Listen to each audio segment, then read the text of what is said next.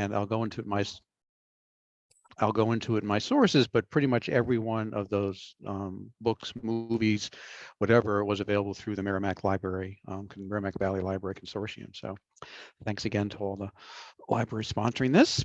And we will take ourselves up the coast from Thacher Island in Massachusetts to Boon Island in southern Maine.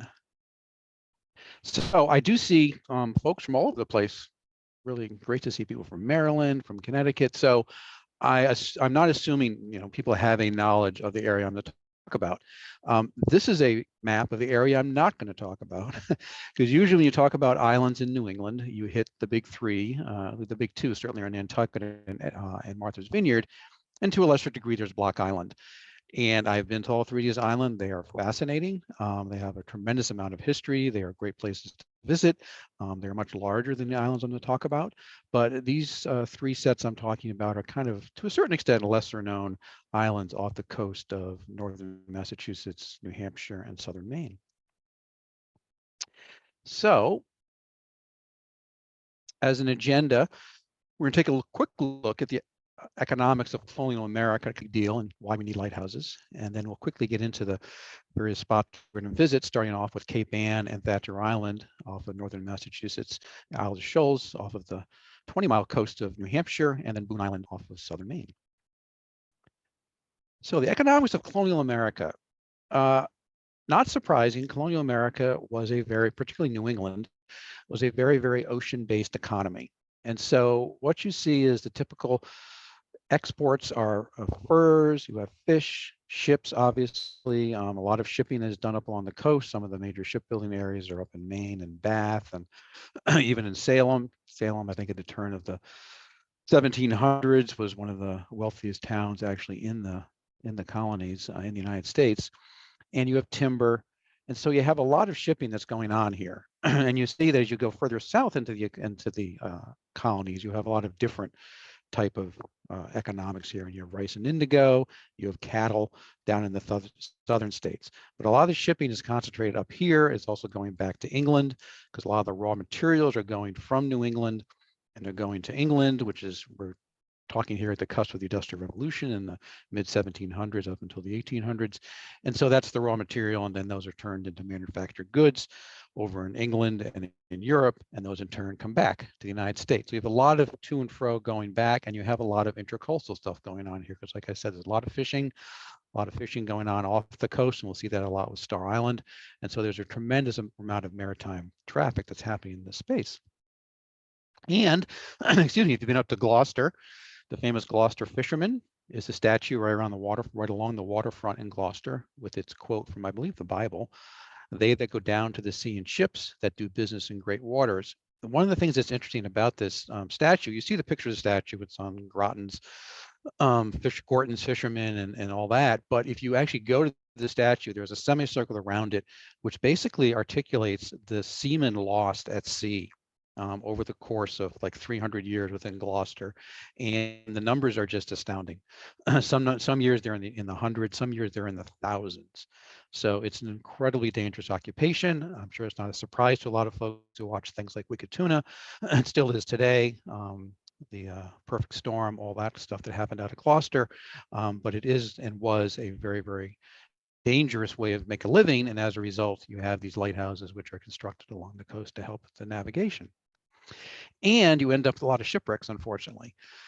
So this is an eye chart, and I know you cannot obviously read any of these things, but this is just really kind of a shock and awe, or giving you a sense of what we're talking about as far as the numbers of shipwrecks that we're seeing here along the New England coast. And there's so many along Cape Cod that's actually blown out here, and you see all these shipwrecks along Cape Cod.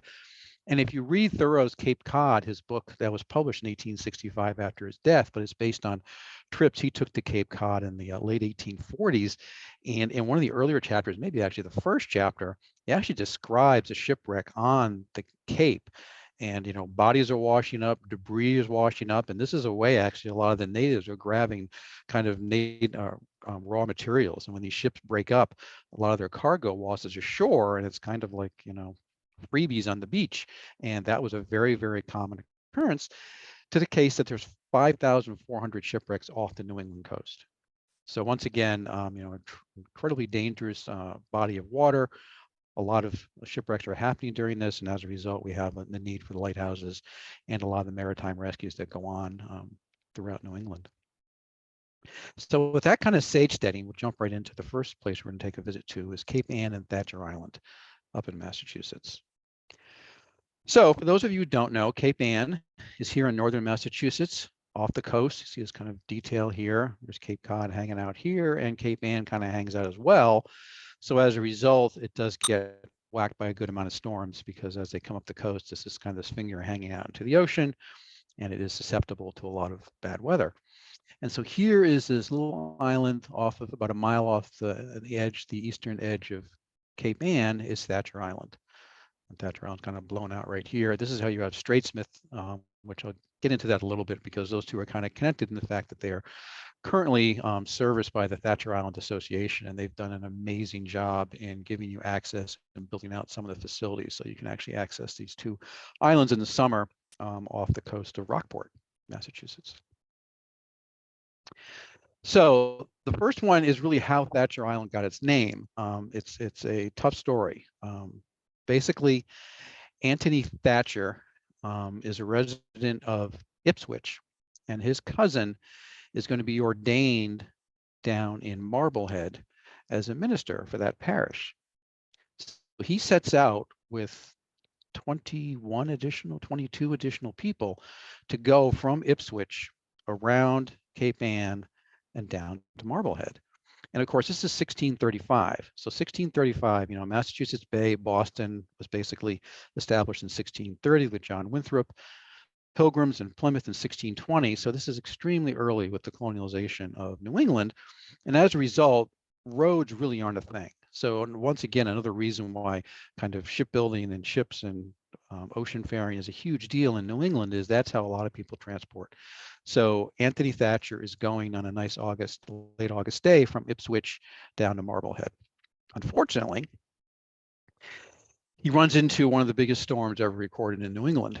So the Great Colonial Hurricane of August of 1635 hits. And so, like I said, he was accompanying his cousin, John Avery, from Ipswich to Marblehead. The quote from Thacher is, "Before daylight, it pleased God to send so mighty a storm as the like was never felt in New England since the English came there, nor in the memories of any of the Indians." So, since the English came there, it's not that long a time, and the Indians, obviously, that is a very long time. So this is a big storm. And obviously in 1635, they don't have any kind of weather forecasting, except kind of throw your finger up and see which winds are blowing. And so he's heading out around here in Cape Ann, going down to Marblehead, and this monster hurricane is coming through. And so there are folks who actually are able to, piece together based on first-person accounts. There aren't a lot of, obviously, instruments and things along those lines. So it's kind of almost like forensic meteorology to piece together the damage reports that are written in the first-person accounts and what happens. And so they came up with this basically estimation of, you're talking about 130 mile per hour winds that are cutting through southeastern Massachusetts, and the Cape gets really decimated. But he's on the northwestern fringe, and that's certainly not a pleasant place to be out in the middle of the Atlantic. So as a result, 21 perish. Basically everybody except for Thacher and his wife. He and his wife wash up on shore of Thacher's Island, obviously not named so at that point, and they're the only survivors. It becomes known as Thacher's Woe, and John Winthrop, the governor of Massachusetts Bay, ends up giving it to him, kind of as, I guess, compensation for the horrible tragedy, but he never actually lives there. He ends up settling down in Yarmouth, Massachusetts, down here in the Cape, and actually he and his wife do have 3 more children, and in the early 1700s, they sell it back to the Commonwealth. So the Commonwealth takes ownership of it again in the 1700s, and later in the 1700s, as we'll see, they build lighthouses on it. So Thacher Island is not that far up the coast. It's less than a mile. You can see it from land very well. This is right off the edge of Rockport. This, I believe, is Long Beach, which is along the eastern end of Gloucester and Rockport. So it's very, very visible from land. And it's just amazing when you see how secluded it can be in a storm, because the actual sea is less than a mile going from the mainland over to Thacher Island. But the big thing that creates a lot of problems around Thacher Island is this partially submerged reef called Londoner Reef. And this was a metal marker that was put, and I couldn't find out what the date when this was put in there, but it's been there for a long, long time. But this basically is a marker of where Londoner Reef actually is. And so it's at low tide, it's barely submerged, but this is the part that makes Thacher Island particularly dangerous, because you see the island kind of back here, but out here is this partially submerged reef, and this is what ends up being a problem for a lot of the ships. Like I said, that marker is still here today. And fast forward a couple of hundred years, almost 300 years, you have the next wreck that is kind of related to Thacher Island. This one is the wreck of the Portland. It's called the Titanic of New England.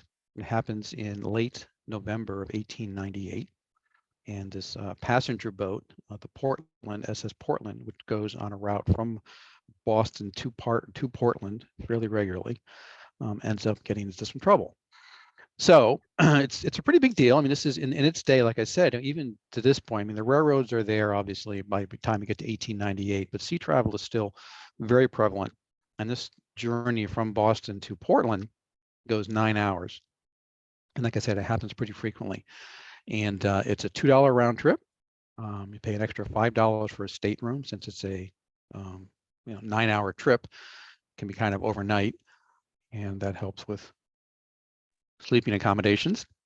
There's 25 tons of coal are used. So once again, you have the steamship paddle wheel with 25 tons of coal on it.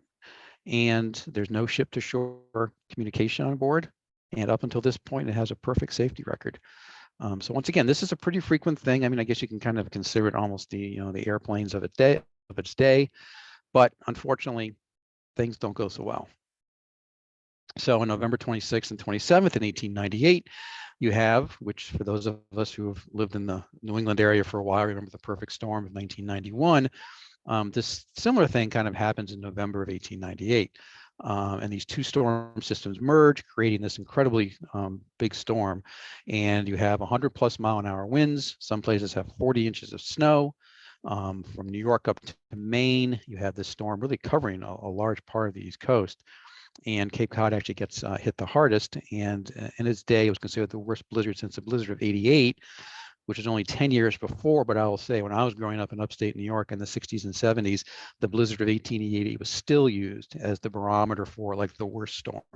So any storm you got, if it was like the blizzard of '88, that was going to be a big one. But this one was only 10 years after. And so it ends up being this big storm. And there's a lot of controversy, as there always is with all these wrecks, as to the captain's decisions, the obviously decision to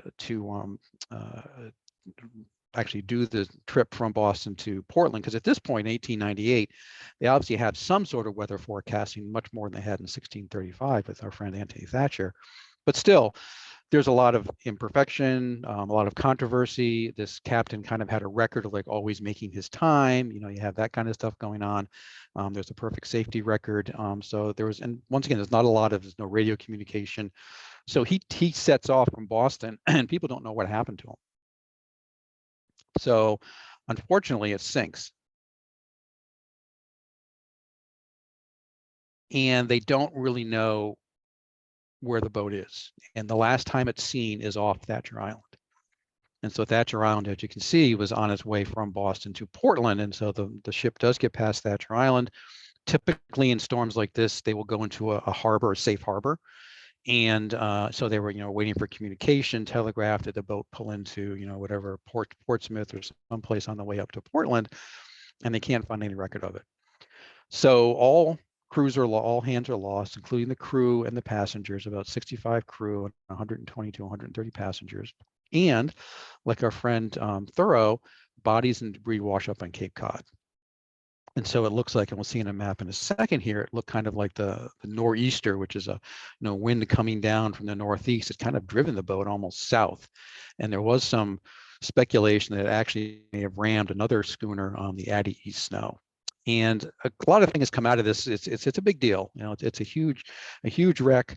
Obviously, you see the Boston Globe. This is big news. And there's a lot of things that really could have been done better. Certainly, they had no record of who was on the ship. No ship manifest. So one of the things that does come out of this crash or this sinking is the fact that they now are actually going to keep track of who is on the ship, because there's all kinds of stories about, you know, the people who were going to be on the ship and didn't, and then people who actually were not supposed to be on it, and it turned out later on they were. So, you know, for days, I think even if not weeks, there's all kinds of ambiguity of, you know, is so and so lost on this sinking of the Portland. So it's an incredibly tragic story. And our friends at the Disney Channel, Discovery Channel, have done a little mock-up of what it might have been like for the Portland to actually be overcome by the weather and sink.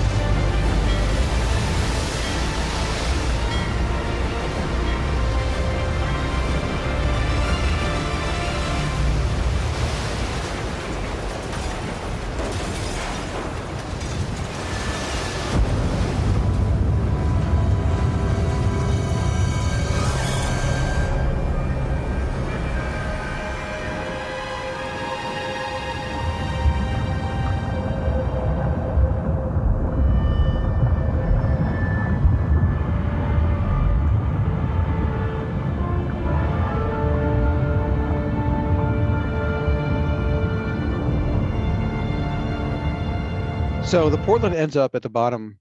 Where's that come from? Ends up at the bottom of the Atlantic Ocean. And I see a couple of questions about how much is $2 in 1890 worth today. I don't know that, but I think that was a pretty good amount of money to go from one place to the next. And we'll get into the fact of why there are 2 lighthouses. And the other ship, I believe the Addie that was rammed, actually did survive. That's why they think it was hit, because they didn't know what hit it. Because once again, you know, this is, you know, there's no radar, there's no sonar, there's nothing, and you're in the middle of this incredible storm, and getting information as to what really happened is tough. This video is interesting because there was a book written about this, actually published relatively recently, just a few years ago. And, you know, we'll find out they did find the wreckage. And so they try to piece together based on the wreckage kind of what happened. And what they surmised was, and I'm a landlubber, so I'm not a big sailor, but, you know, their bow should be pointed toward the waves, and at some point it got parallel to the waves and got swamped, which is what this video shows. And once again, you have 25 tons of coal, which, you know, if that doesn't get distributed correctly, you're going to have some big problems. And I believe that it was a steamer, a paddle boat, which I think after this crash or the sinking, there weren't that many that would ever put in sea again. All the paddle boats you see now are mostly in the river, and of course you associate it with the Mississippi River. But a paddle boat was not solely an ocean-going thing. This one was shore. You know, it kind of kept pretty close to shore, going from Boston to Portland, but not the best outfit for a ship. And so with the sinking happens, those things kind of go the way of the dinosaur. So as I mentioned, you know, the shipwreck, the debris and everything ends up washing up on Cape Cod. So you see the boat, ship leaves from Boston going up to Portland, and everything starts washing up here. And so they kind of surmise that it may have actually, because you see Thacher Island's up here, and this is the last time it's seen. So it potentially is kind of up here getting driven by the northeast winds. And so it kind of ends up, which is this place called the Stellwagen Bank, which is actually a national marine sanctuary. And the 1980s, it is actually discovered on the floor there. And I guess because of possible scavenging and other things, the actual location really isn't publicly known, but there was a separate confirmation in 2002 that validates it is the Portland. And this little clip actually shows a little bit of what some of the video taken down at the actual wreck scene on the floor of the ocean looks like.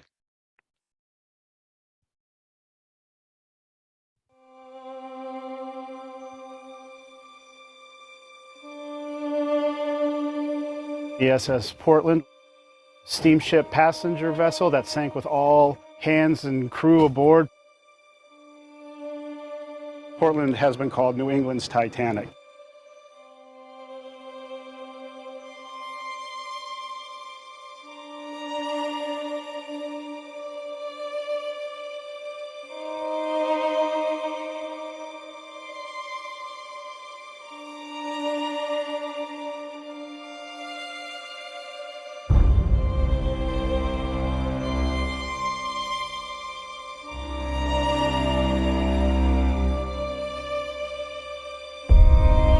With the current technology, we can bring the public there.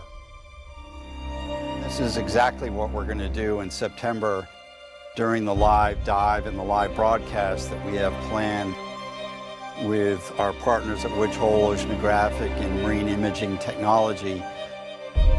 Tell you the honest to God truth, I haven't seen that from the outside that we're looking at. Yep. The water's cold, dark, currents are strong, so it's not a trivial undertaking to immerse the public in the site itself, real time. It's been 10 years since anyone's looked at the Portland. We're here to continue that story.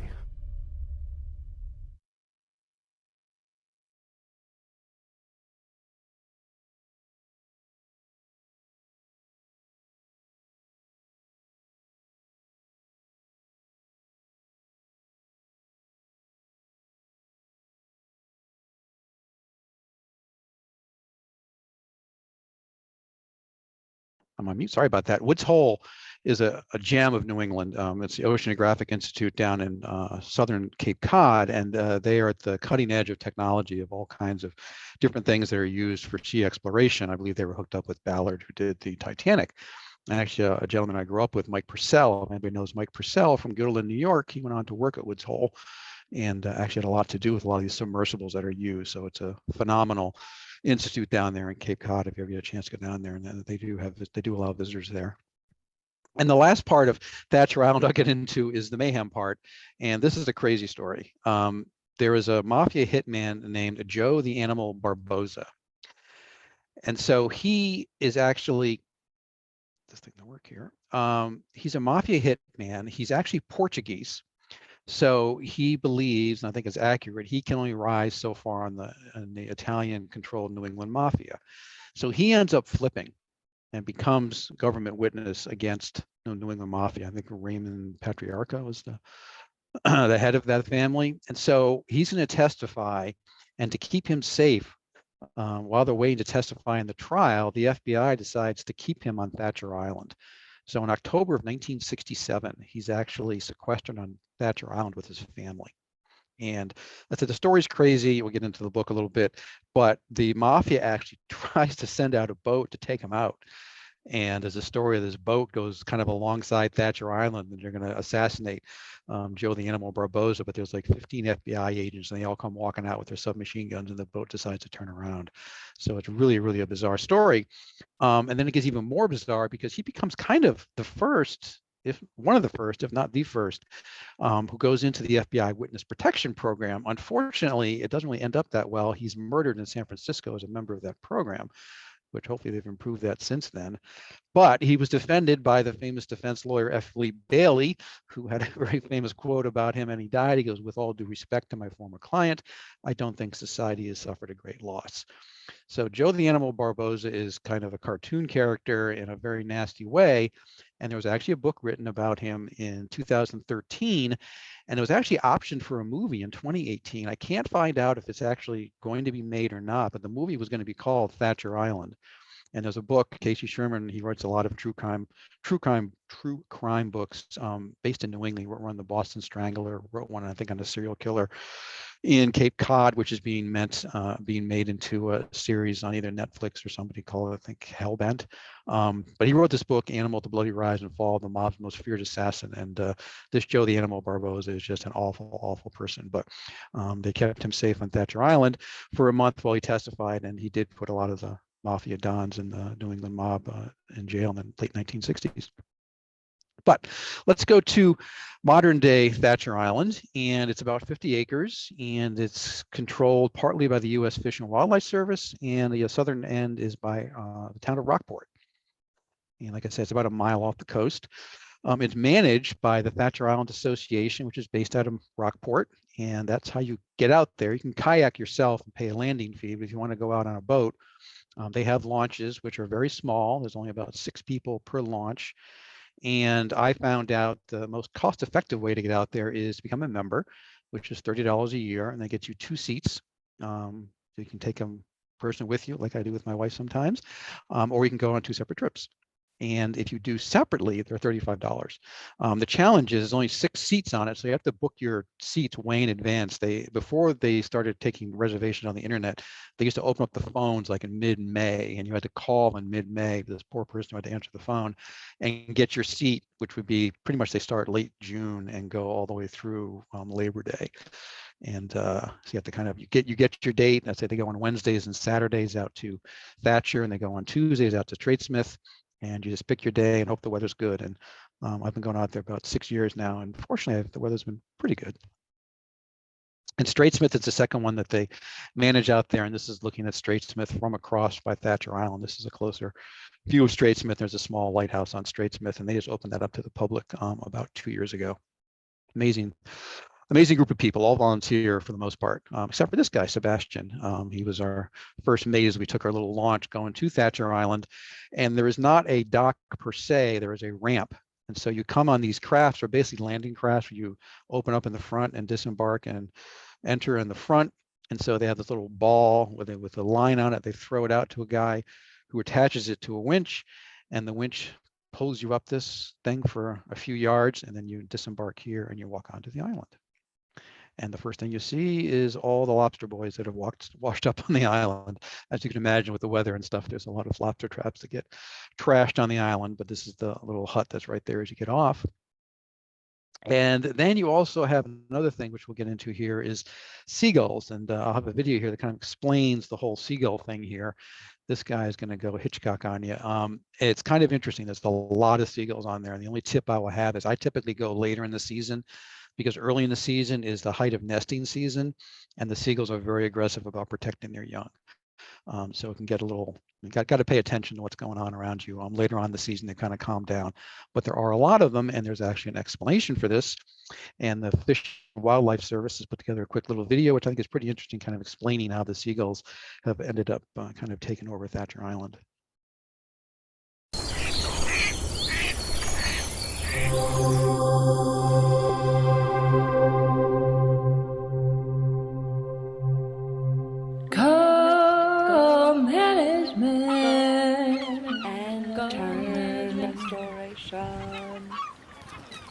On a journey, 6 biological staff went to conquer the infested rocks.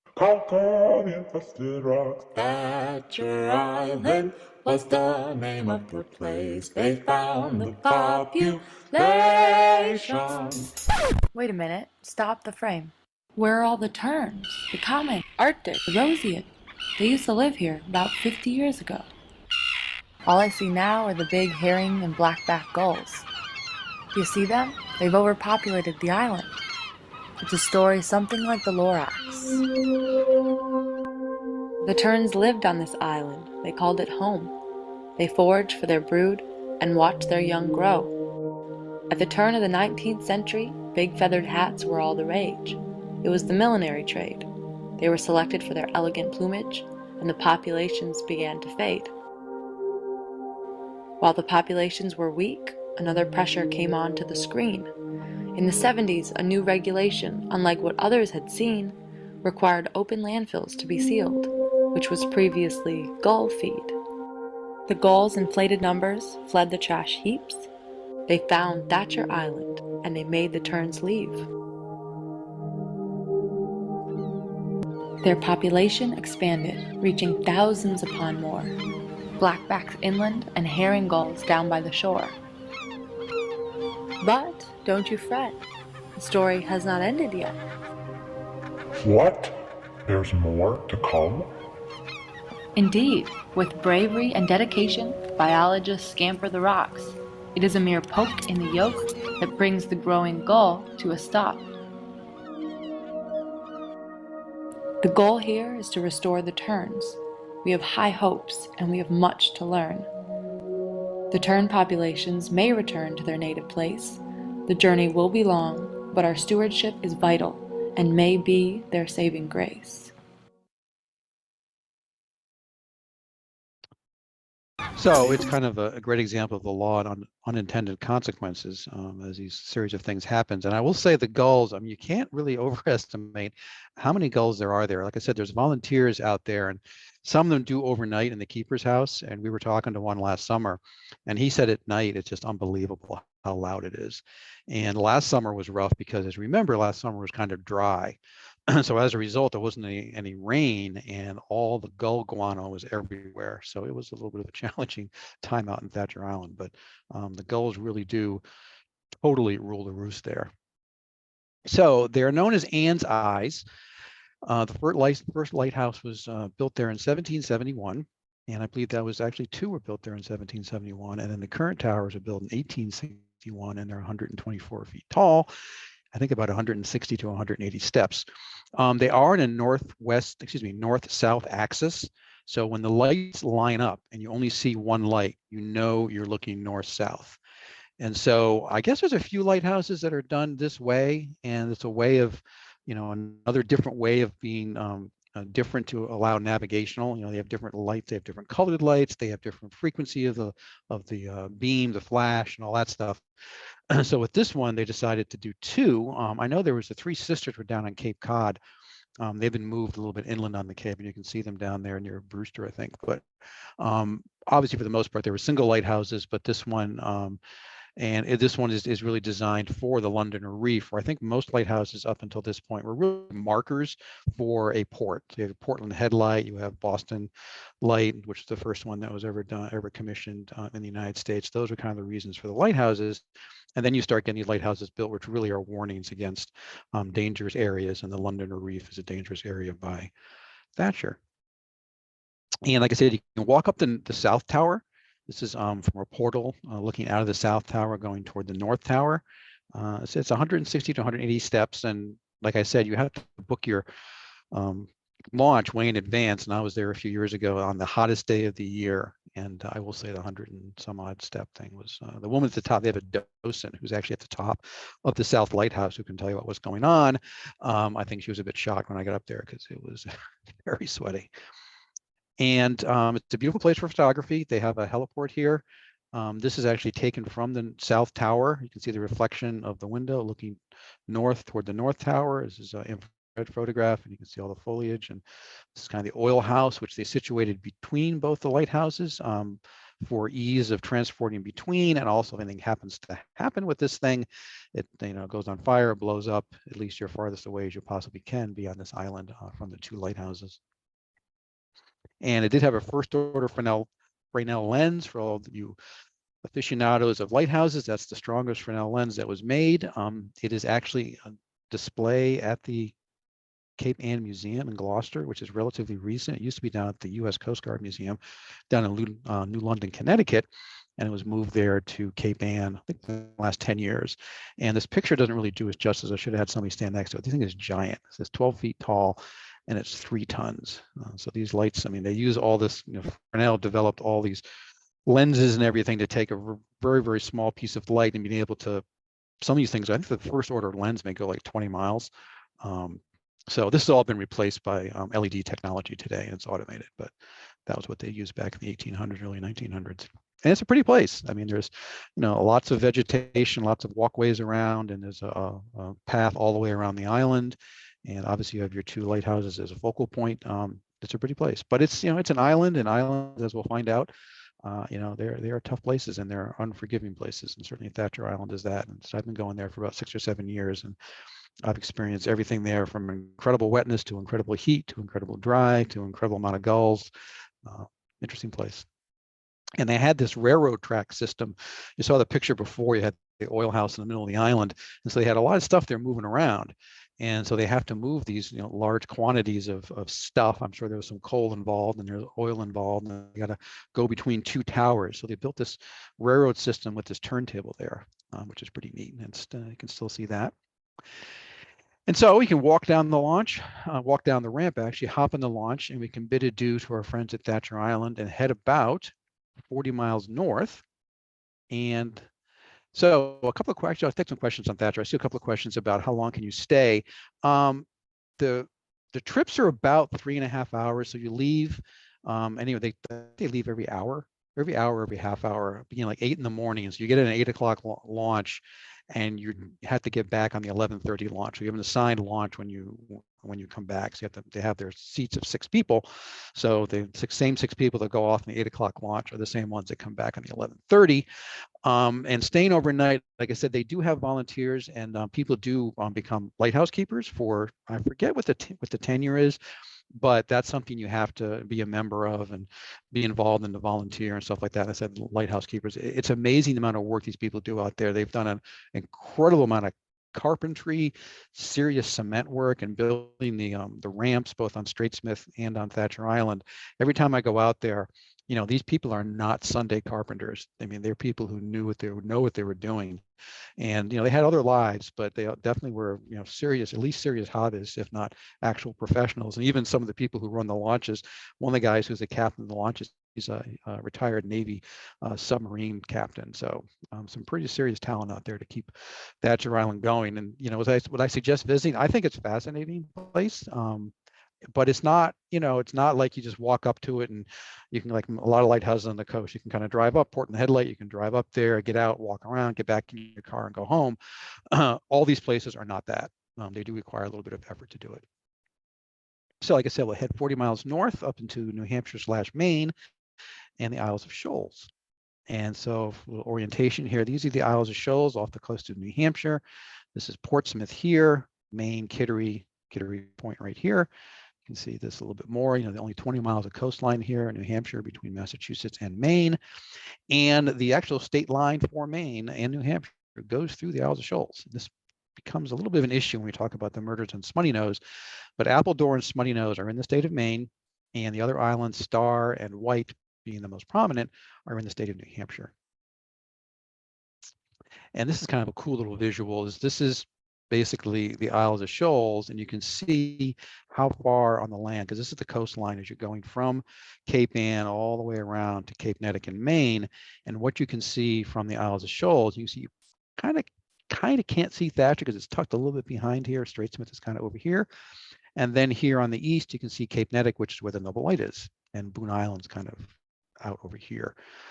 So when I was a kid, I summered on Long Sands Beach up here in York, near York Harbor in York Beach, and I can barely see Appledore and White Island. So at night you could see the lighthouse from White Island. Obviously, you could not see Thacher, and looking over this way, kind of almost straight out, you can see Boon Island.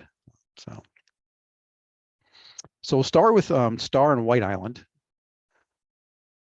and Star Island and White Island.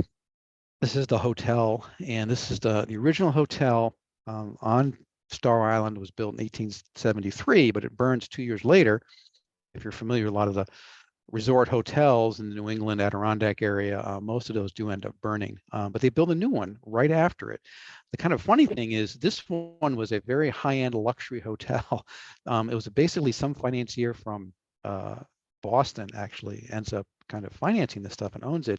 So when he builds the second version, he kind of cheaps out, and it's not nearly as luxurious. And ironically enough, this is the same one. So most, stuff has been, certainly, updated, and, boards have been replaced or whatever, but this basically is the structure from 1875. So the fact it's still there is astounding, and we'll get into that in a little bit. But it is kind of ironic that it's not a luxury place. This is some pretty rustic living when you stay out here. It ends up being bought in 1916 by Oscar Layton, who was Celia Thaxter's brother, and we'll get into Celia's story in a second. And they formed the Star Island Corporation and buy the island for $16,000 in 1916. And eventually, and this is how I knew it as a kid, conferences begin being held out there by the Unitarians and the Congregationalist churches. And so, to my understanding, up until relatively recently, it was pretty much exclusive to the religious conferences in the summer. But they've opened it up to secular conferences. And I stayed out there in 2006 as part of a photography group I'm a member of, the New Hampshire Society of Photographic Artists. They used to run a yearly photography trip in September out to Star Island. They've since ceased that, but I spent 4 days and 3 nights out in Star Island about 16 years ago, and it was absolutely fascinating.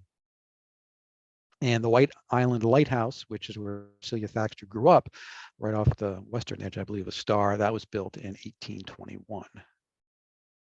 And Celia's father was Thomas Layton, who was the lightkeeper of White Island. And the interesting thing about these lightkeepers is a lot of it, they were political appointees, which I don't think people really understand that. And so he actually ran for governor of New Hampshire, loses, but he gets appointed the lightkeeper. And then, as we'll see when we get into Appledore Island, he ends up becoming quite the entrepreneur and really starts a lot of the stuff that happens in the Isle of the Shoals in the 1800s. But the story I was familiar with, I went to the Isles of Shoals as a very, very young boy, probably 10 years old, a day trip. You can take boats out of Portsmouth. I think they still run boats out of Rye, New Hampshire as well. And I wasn't familiar with the Smutty Nose murders, which we'll get into, but I was familiar with this. As a 10-year-old, this kind of fascinated me. This is a story of the school teacher, Miss Underhill, who in 1848 gets washed out to sea by a rogue wave. And so I guess she's just kind of hanging out on the rocks here, Star Island, probably the part that faces out to the open ocean, and she gets washed away. And I don't believe they ever found her. And so as a result, this rock out on Star Island gets known as Miss Underhill's chair. And so this just absolutely was, I think, probably / terrified me / fascinated me when I went out there for a day trip back about 50 years ago. But the island at Star Island was kind of interesting because it's forced to evacuate during the Revolutionary War. Because as you can imagine, it's out at sea, really can't be protected. So in the 1770s, mid 1770s, when the war starts, they make everybody pretty much get off the island. And then after the war, a fishing village called Gosport ends up being established in the late 1700s, early 1800s. And this is the Gosport Chapel, which is built, I think, in 1800s, a stone chapel. Still there today. When you're out in Star Island, pretty much every night they have a candlelight service, which is kind of a rite of passage as you're a resident, as you're a visitor out in Star Island. And for photography, I mean, I was lucky that those 4 days, 3 nights we were out there was just phenomenal because we had thunderstorms, we had fog, we had beautiful sunsets, we had nice light, decent clouds. It was an amazing kind of cornucopia of photographic possibilities there for 4 days and 3 nights. And these places aren't big, so there's no long drive to see the sunrise. You just basically fall out of bed in the hotel, go out the front steps, and Mother Nature's right there for you. So it's a pretty amazing place as far as photography goes. A lot of great subjects. And you've got, like I said, it hasn't changed a lot probably from the 1870s. You get your meals family style. This is a dining room, kind of reminds me a little bit of the movie Shining to a certain degree, but got that kind of old vibe. But it really is a throwback. And like I said, with most of these islands, unfortunately, you're not really that far from your maker. And so there's this small cemetery, which is right smack next to the Oceanic Hotel. And it's kind of hard to go too far around here without running into this cemetery. So I thought, well, wouldn't it be a great idea to use that as kind of a focal point? So I was doing some juxtaposition of the cemetery with here White Island, and here the tombstone with White Island, and this one with the Oceanic Hotel. But it's these are tough places to live. There's no doubt about that. And White Island is right off, like I said, the western edge. There's a cairn here, which is built on Star Island. You can see the White Island Lighthouse in the background. This is kind of a close-up with it. And once again, there's not much on this island. And Celia Thaxter, the famous poet, she grows up with, I think, 5 siblings, I believe, with Thomas Layton as an innkeeper here in the 1830s. So it really is a pretty small spit of land. And I know there's the head of, at least the former head of the Lighthouse Historical Society, Jeremy Detremont. He's done presentations for libraries. He goes into a lot of the stories with the families on these islands. And you can imagine, at 50,000 feet, it sounds kind of glamorous. Then you start giving any kind of thought to it. It's like, these are rough places to live. And when we get to Boon Island, we'll show a little bit more how challenging that was. But it's a pretty place. This is really looking over the Gosport Harbor, which you have Smutty Nose Island here, which we'll get to, and Appledore, which we'll get here. This is just a very nice, chairs on the deck, but you do have your little cemetery kind of out there. And this is interesting. It says, please put out your cigarettes. When you go to Star Island, literally within the first half hour of you there, you get what is called the fire talk. Because you're out like 7 or 8 miles out at sea. There is no fire department. They give you this whole spiel about, fire is a big deal. And so the fact this thing has survived since 1875 without burning down is phenomenal. And so basically, if you light up a cigarette, you're in the next boat out, no questions. So it's kind of ironic. At some point, they told you before you went to stairs to put out your cigarette. So how it survived from 1875 is pretty amazing to me. But they make it very, very apparent when you're on that island as soon as you get there that it is very serious business. And ironically enough, one of the guys who I became friends with out on the island, like I said, it's rustic, and so we ran into this room that had outlets, and we were charging our devices and our camera batteries. So we became friendly, and turns out that he was a fireman out in Rye, New Hampshire, and subsequently becomes the fire chief in Rye, New Hampshire. His name was Paul Haas. And he was saying, yeah, it's like, if there's a fire out there, it's going to be a long time before any fire will get you. So you're on your own. And they make that very, very clear when you're on the island. And like I said, the island gets populated in the early 1800s with this village at Gosport. And they do more than fishing. They actually have animals. This is a turnstile, which will let people through, and sheep will not be through. Ironically enough, what kind of ends this settlement here at Gosport is the building of the Oceanic Hotel. This businessman from Boston basically buys out these people and kind of ships them off the island and ends up making it a tourist mecca. This is the largest cemetery funeral marker in the state of New Hampshire for a Reverend Tuck from the 1630s or the 1700s. Unfortunately, he was a slave owner, but fortunately for him, one of his descendants is the Tuck who the Tuck School of Business at Dartmouth is named for. So in the early 1900s, he financed a marker for this guy's grave, and this thing really sticks out on Star Island. Like I said, it was beautiful vistas. We got all kinds of atmospheric stuff going on. So as far as a photographer goes, it was an amazing 4 days to be out there. And Mother Nature gave us the whole gamut of what she has to offer in early September in the coast of New England. So moving over from Star Island to Appledore, this is Celia Thaxter's home base for many years. And like I said, her father, Thomas Layton, he was a lightkeeper, but also an entrepreneur. And he gets the idea in the late 1840s to build a hotel out here. And, once again, this is pretty revolutionary because, the tourist industry as we know it doesn't really start till after the Civil War. I think you could argue that probably Niagara Falls is one of the earliest, what we consider a tourist destination. I think that really got kind of developed in the 1870s, but he's doing this in the 1840s. And so he's got quite a suite of stuff here. And he's got all these hotels in Appledore Island. So Appledore Island becomes quite a destination for well-to-do summer visitors in New England. And even international. If you're familiar with the Treaty of Portsmouth, which ended the Russo-Japanese War, that was negotiated by Theodore Roosevelt, and I believe he won the Nobel Peace Prize for it. That was actually signed at the Wentworth by the Sea Hotel in Newcastle, right outside Portsmouth. And in 1905, when they had the negotiations, the delegates from both Russia and Japan went to Appledore and met here. I'm not sure if they considered it. They actually did some of the deliberations here. They might have, but it was quite a place. Unfortunately, like most of these things, in 1914 it burns, and obviously this is right before World War I, and so it does not get rebuilt. And Appledore kind of goes into disarray for years, but it does have its heyday with Celia Layton Thaxter, and she was quite a popular, very widely read poet and prose writer in the late 1800s in America. And she's a daughter of Thomas Layton.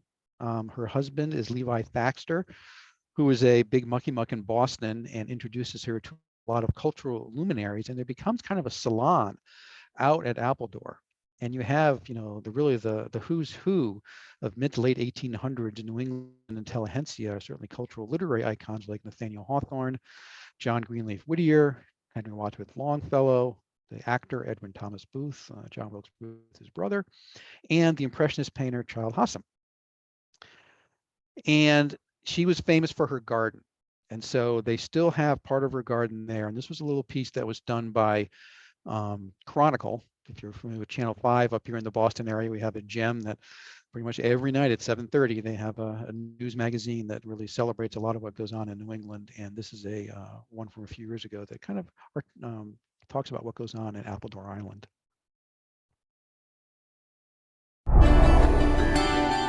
They float on the horizon just within sight of land. 9 islands, 8 miles off the coast of New Hampshire and Maine, the Isles of Shoals. Access to these tiny granite buttons is limited, but one of these remote rocks, the island of Appledore, is the unlikely location of a famous garden, one that's cultivated quite a following. We have day tours that come and view the garden, and people come out for about 4 hours, and they have a walking tour, and they get to enjoy time in the garden, and they have lunch in our dining hall. That's true of a lot of invasive species out here. Jennifer Seavey, Executive Director of the Shoals Marine Laboratory, a field station on Appledore run jointly by the University of New Hampshire and Cornell University. And because they are isolated on the island, they haven't mixed with the other introduced apple trees on the mainland. Summer students here earn a semester's credit in just 2 weeks. They're really intensive classes, but they're fun because the students are not in a lecture hall all day, they're out here. But as the great Joni Mitchell once said, it's time to get ourselves back to the garden and the lasting legacy of one Celia Thacher. Celia grew up on a neighboring island, White Island, in a lighthouse. Her dad was a lighthouse keeper, and they had a very small patch of land there. So everything green was really precious to her, so she fell in love with plants. In fact, Celia Thacher published a book about coaxing such voluptuous blooms out of this bony soil.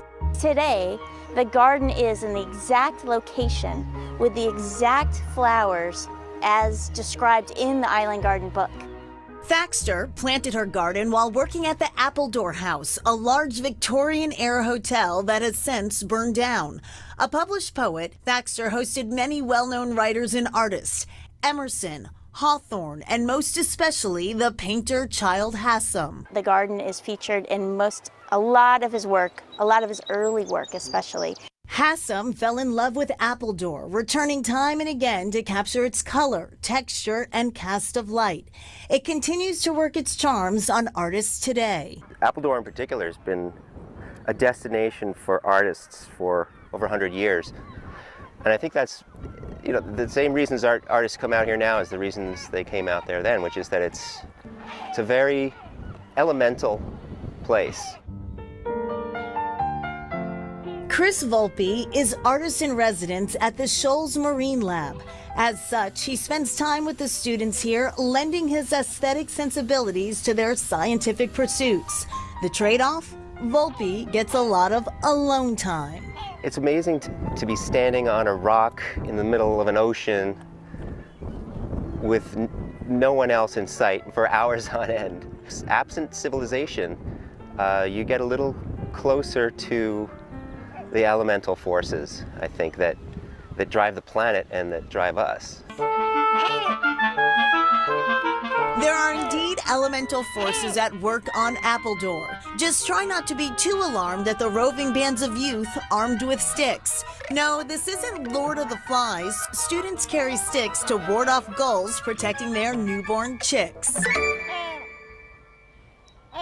And tours of Cecilia Thacher's garden. So it always comes back to the gulls. They do have sticks available when you get off the launch at Thacher Island for you to hold above your head, which kind of, I guess, messes with the depth perception of the gull. And they want to dive at your head, but they'll dive at whatever is kind of held up, and they'll dive at the stick rather than your head.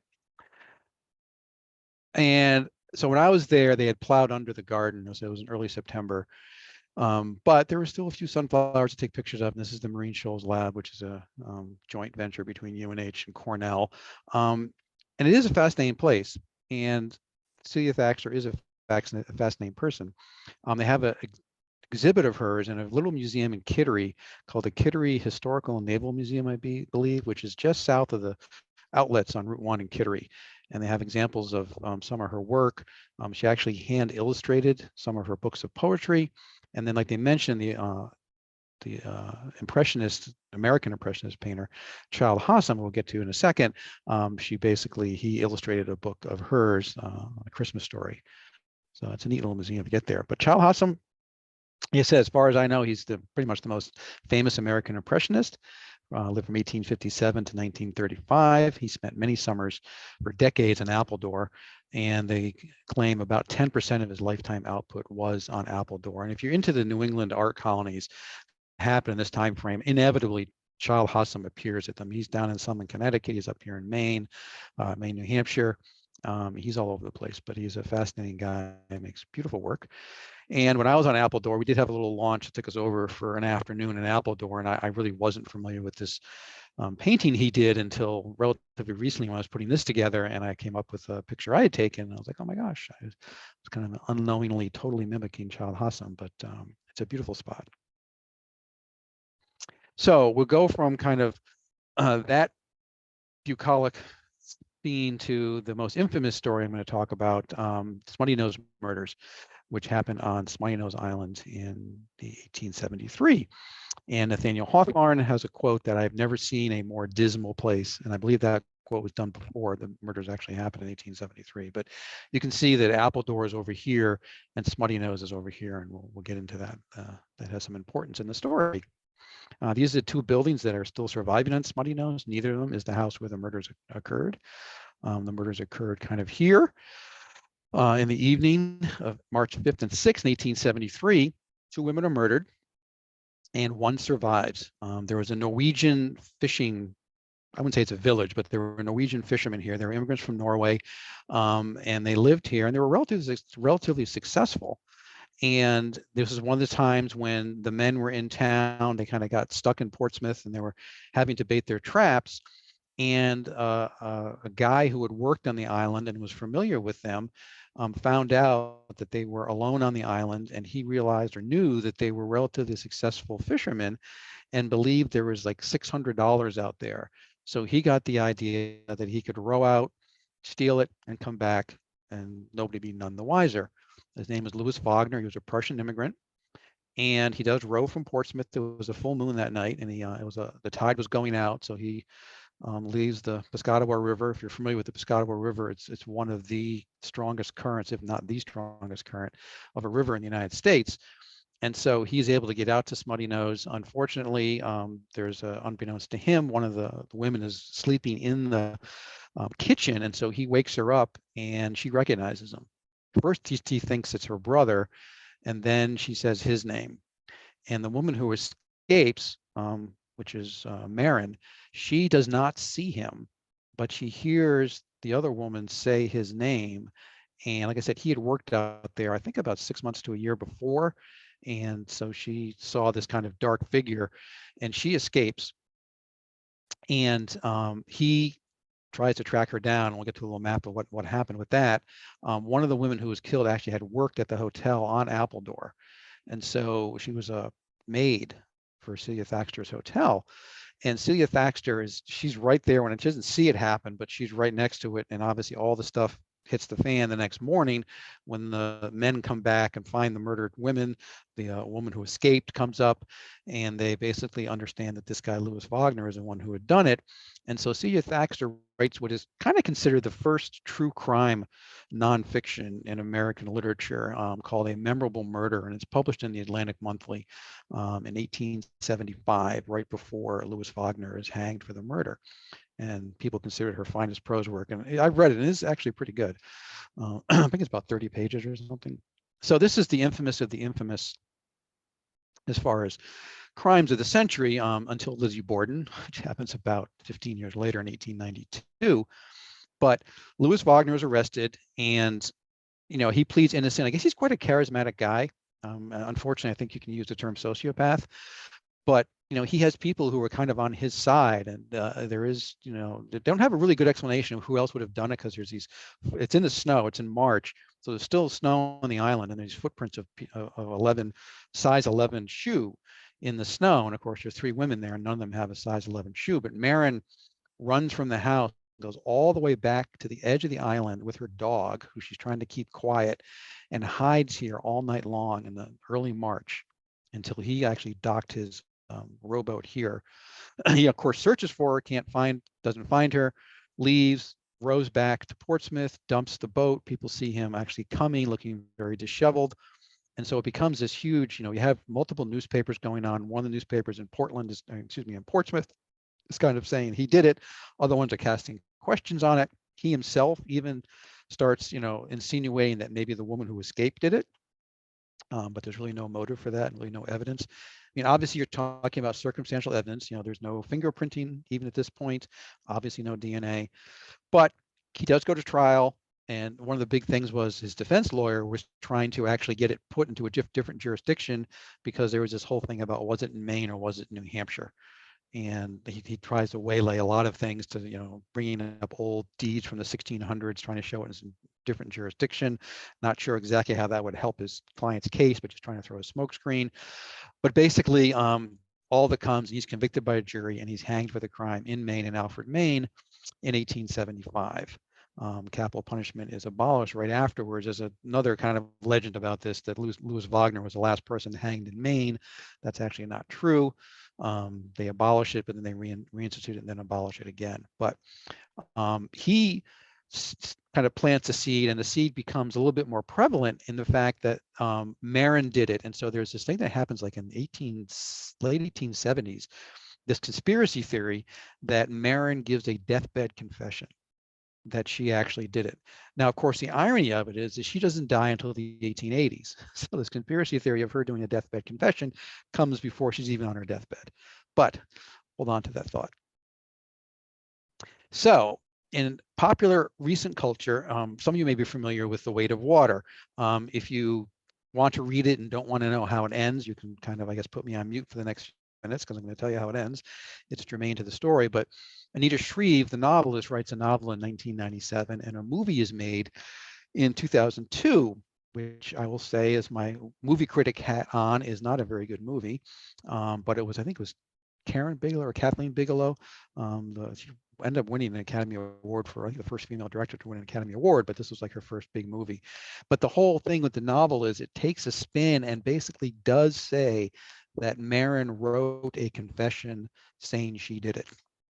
And that's kind of the linchpin of the story, that the story kind of goes back and forth between the murders in the 1873 and current day, with a photographer and a couple other friends who were basically on a, a yacht trip around Smutty Nose.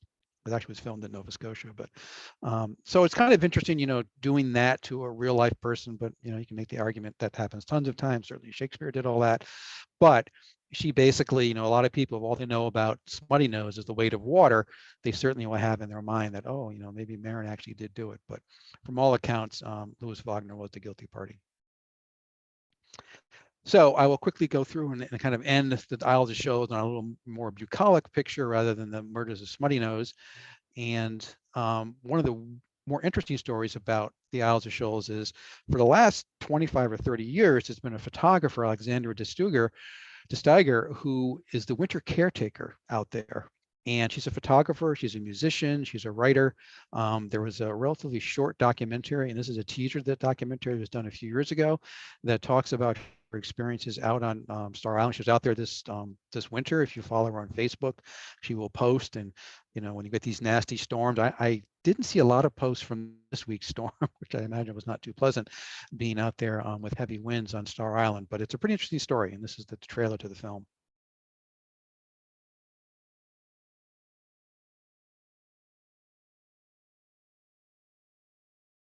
There's maybe 15 to 20 wild Canada geese that winter here, and they're able to survive.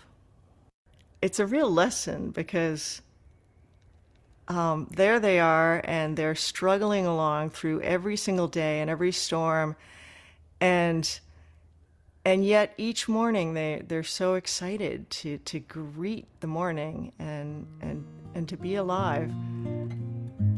And I want to go through life like that. Like a goose. Like a goose, yeah.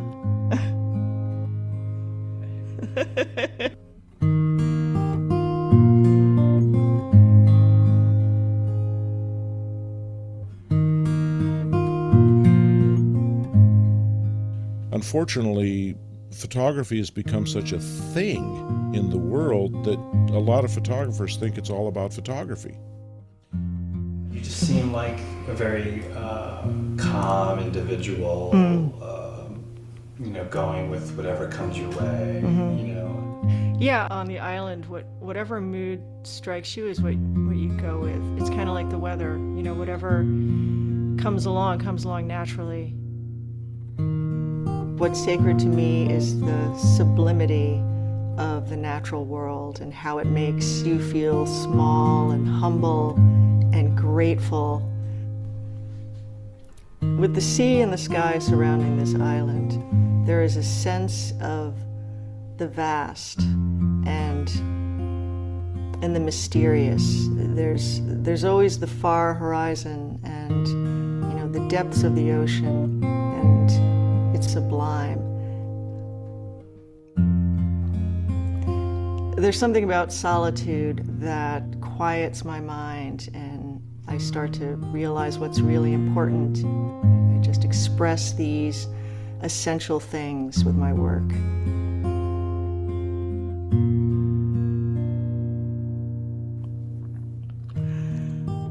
I don't know if there's a purpose in life.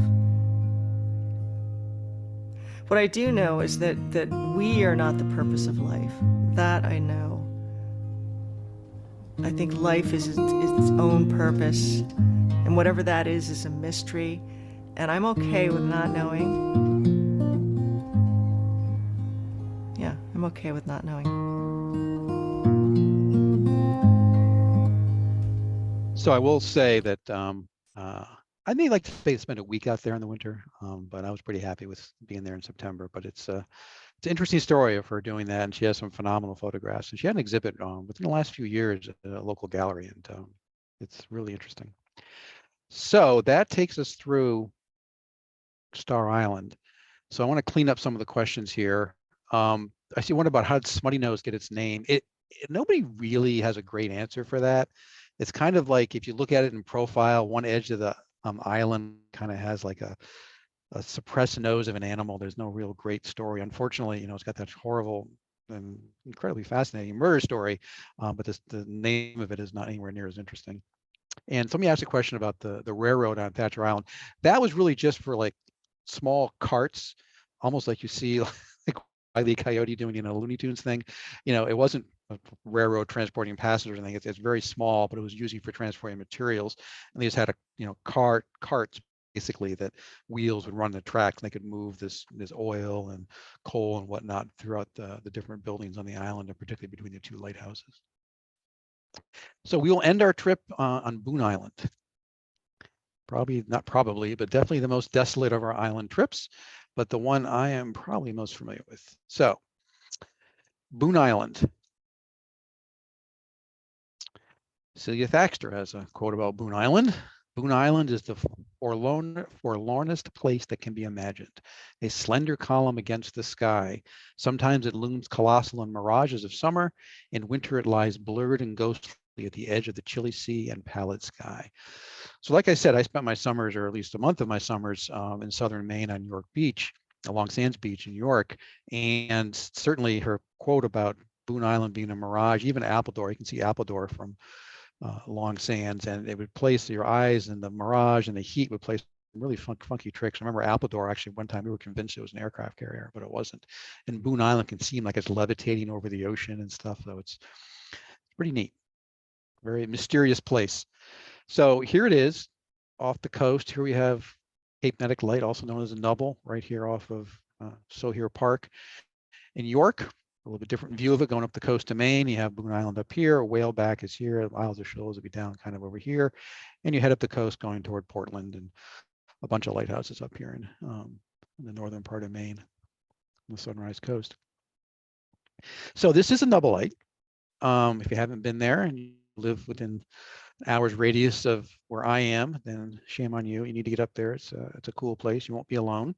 But you can see Boon Island kind of off to the right here. You can see Boon Island in the distance. And this is Boon Island, seen from the parking lot of the Nubble Light. This is an infrared version. You can really kind of sort of see it right here. But it's about 8 or 9 miles out at sea. And with a high-powered lens, sometimes, this was done, I want to say the fall, the sun will rise right alongside Boon Island and make it look a lot bigger than it is. It's a pretty small island, but like I said, it's very dramatic. It's the tallest lighthouse, certainly in New England.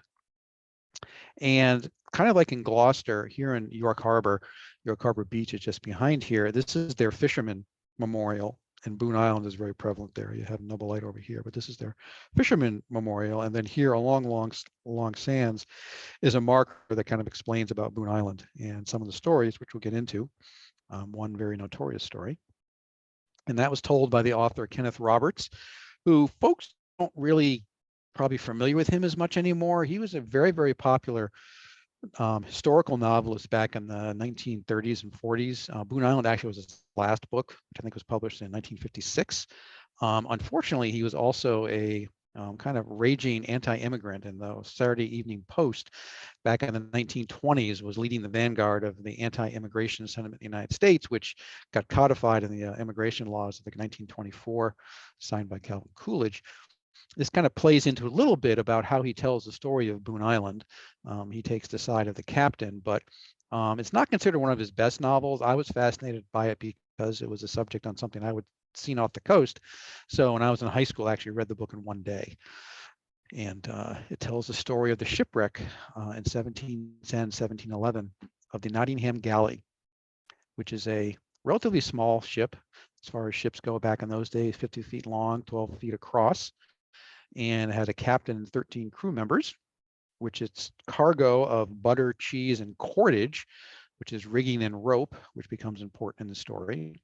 And it's actually bound for Boston, leaves Ireland on September 24th, which is a bit late for a transatlantic crossing, and then gets kind of hung up in the Atlantic with lack of winds. So it's a month behind schedule. And as a result, as you see in these other shipwrecks, it gets caught up in one of the notorious storms in New England that we just had a couple of days ago in a nor'easter, and it wrecks on Boon Island on December 11th, 1710. You know, typically when you're doing these transatlantic crossings, you don't want to be in that area in December, and particularly this time in history. You know, particularly for those of us who grew up in the 60s, that was considered cold. Well, back in the late 1600s, early 1700s, I guess it was a mini ice age, and so it was super cold. And this is brutal conditions on this collection of rocks off the coast of Maine. And so he's stranded with his crew members, and they're wrecked on December 11th. They attempt to make a boat. They said they had this, they're able to scavenge some stuff from the wreck. Cheese, actually, they get little balls of cheese, and they have this cordage, which they use to kind of make insulated socks, footwear. I mean, they have nothing. And, you know, they're stranded on this, they're wet, they have no fire, they have no shelter. And they're stuck on this, you know, nub of land in December of 1710. They subsist on seaweed and mussels. And according to different accounts, they do get a seal at one point. They attempt a raft. One of the seamen and a guy only known as the Swede, they basically build a raft. After the first one gets swamped, they try again with, they can salvage some cord or some wood, and they can salvage some of this rigging to try and, you know, construct something.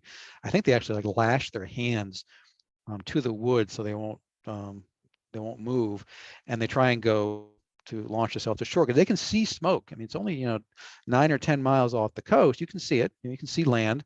Certainly on a clear day, it's not, you know, out of the question to see land relatively consistently, particularly when you get these crystal clear days that you can see in December in New England.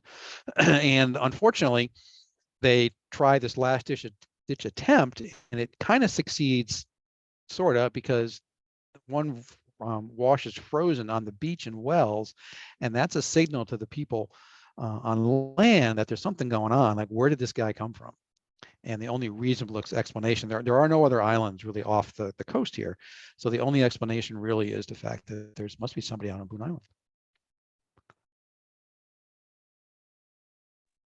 So the ship's carpenter ends up passing away. And the captain, John Dean, in a previous life, he was a butcher. So some of his crew says, why don't you do what you used to do? And they do end up eating this guy. And ironically, this is after the guy is washed ashore. So the people on the mainland are actually trying to get a rescue party, but the weather's not that great, so they can't get out there because the weather is stopping them from doing it. So they make the decision to, plunge into this cannibalism, which will forever stain them, obviously, and then, and also makes the story will be told forever. If you have cannibalism in your story, you're going to go down in history, unfortunately or fortunately. If you want to be remembered in history, they'll get it for you, but for a bad thing. And so you have throughout history the, the alive thing in the Andes, and you have the ship, whaling ship, the Essex. All these cannibal stories are kind of fascinating and repulsive, so it gets told. And this whole story, the accounts that are told by various parties, mostly the captain and the first mate, are very contradictory. And they end up, we'll get to this in a second, they end up kind of playing out in the press as it was in the 1700s London. And so the first mate claims he holds out to the next day. He and his crew don't want to do it, but they're so hungry that eventually they do succumb to eating part of the carpenter the next day. But unbeknownst to them, the first rescue boat is actually on its way. And so it comes out just a couple of days later on January 2nd. I don't believe they actually take anybody off the island at that point. But they've been, I think somebody comes on, because once again, you see there's really nowhere to land on this place. Just a bunch of rocks, a lot of submerged reefs around here. Is very, very difficult. So obviously people who are coming out to rescue, they're concerned they don't want to end up like these guys. So they are able to get them some stuff. I think they're able to get them fire, able to get them some sort of canvas so they can have, a little bit of shelter.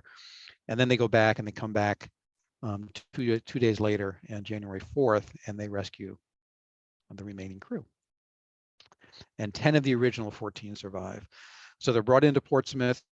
They're nursed back to health. A lot of digits are lost, a lot of frostbite, but 10 of the 14 do survive. And it becomes the most infamous maritime event as far as like English maritime history is concerned. This is a big deal. And this story becomes really the biggest maritime story up until the HMS Bounty happens about 70 years later, with Fletcher Christian and William Bligh.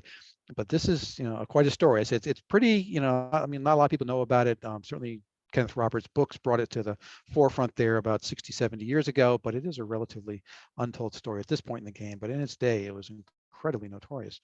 So what you have is the captain and his brother are actually on the boat, and the first mate, Christopher Langman, and his crew, and they get themselves back to England.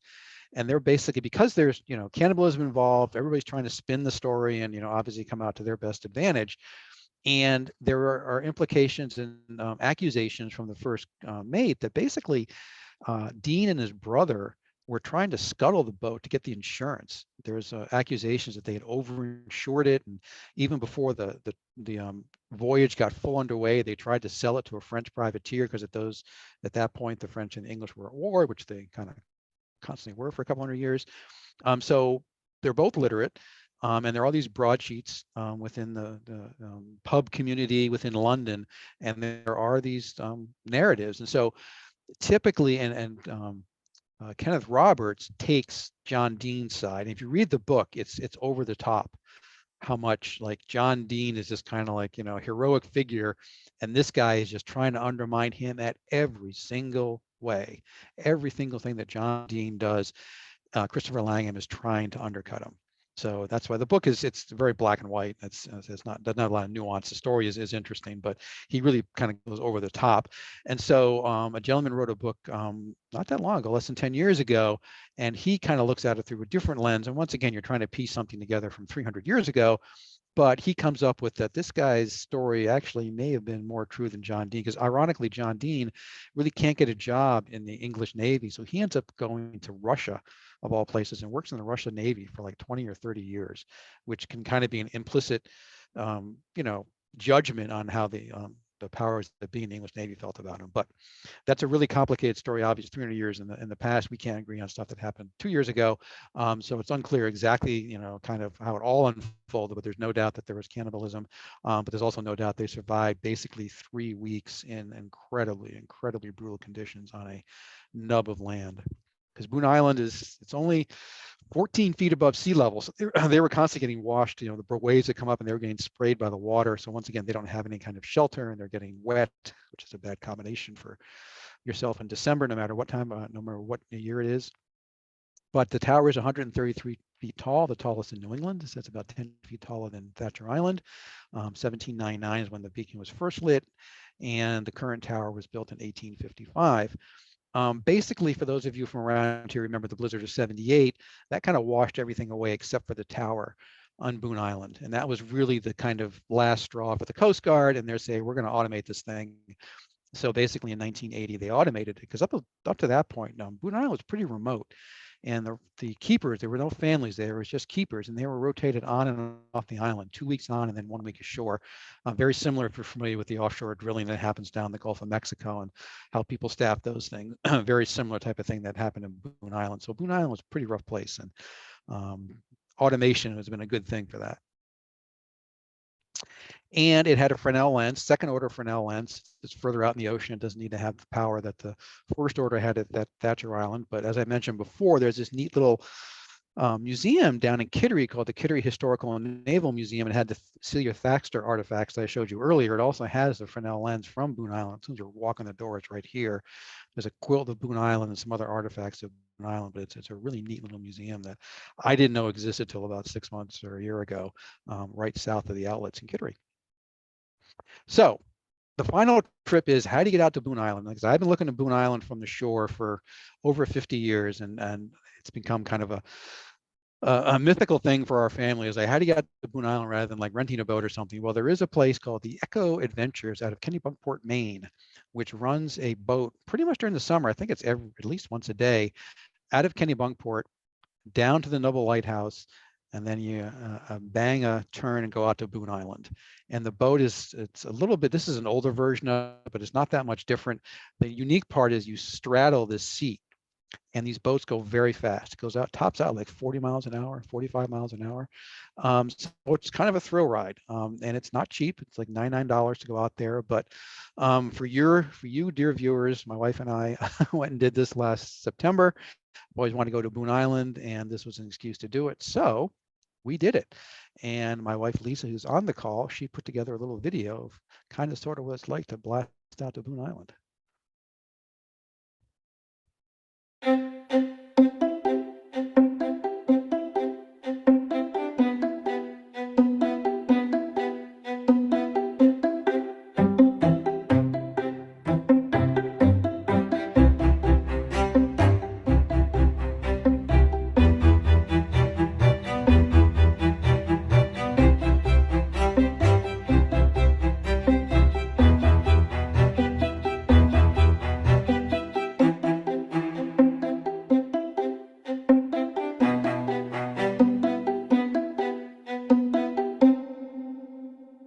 So that puts you out to Boon Island.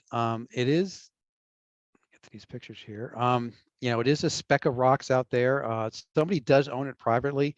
It was purchased a couple of years ago. I think it was sold. It was on sale for like $89,000. Somebody bought it for $120,000. So really, you have to get a Zodiac boat to kind of get up there. There's not really an easy way to get there, and it does have the foghorn, which it's run by the Coast Guard, so there are certain navigational things that have to run.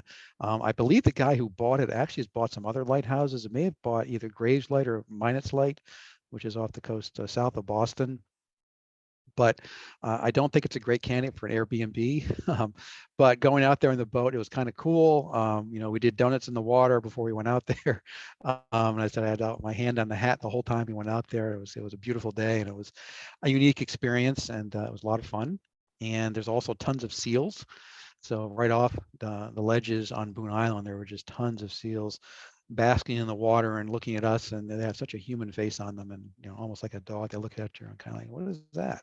So it's kind of neat, but it is it's definitely a harsh place. And I will end up by giving a little bit of a shout out to a gentleman who was kind of a benefactor for lighthouse keepers for decades, Edward Rose Snow. He was the flying Santa, and he used to drop off gifts, bags of gifts to lighthouse keepers and their families during the Christmas season. And he also has written, I think he wrote over 40 books on various topics on lighthouses and shipwrecks.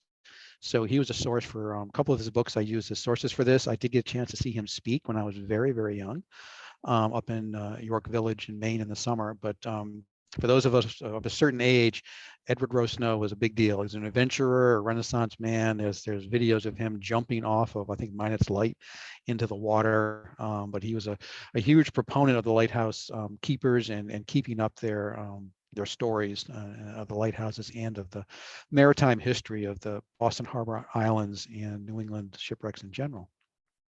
So as I mentioned at the beginning, lots of kind of backstory I used to put this together. Pretty much everything's available through the Merrimack Valley Library Consortium. So thank you so much to them. And every week when I show up at Chelmsford Library for my weekly stash of information, it's amazing what you can get through these networks.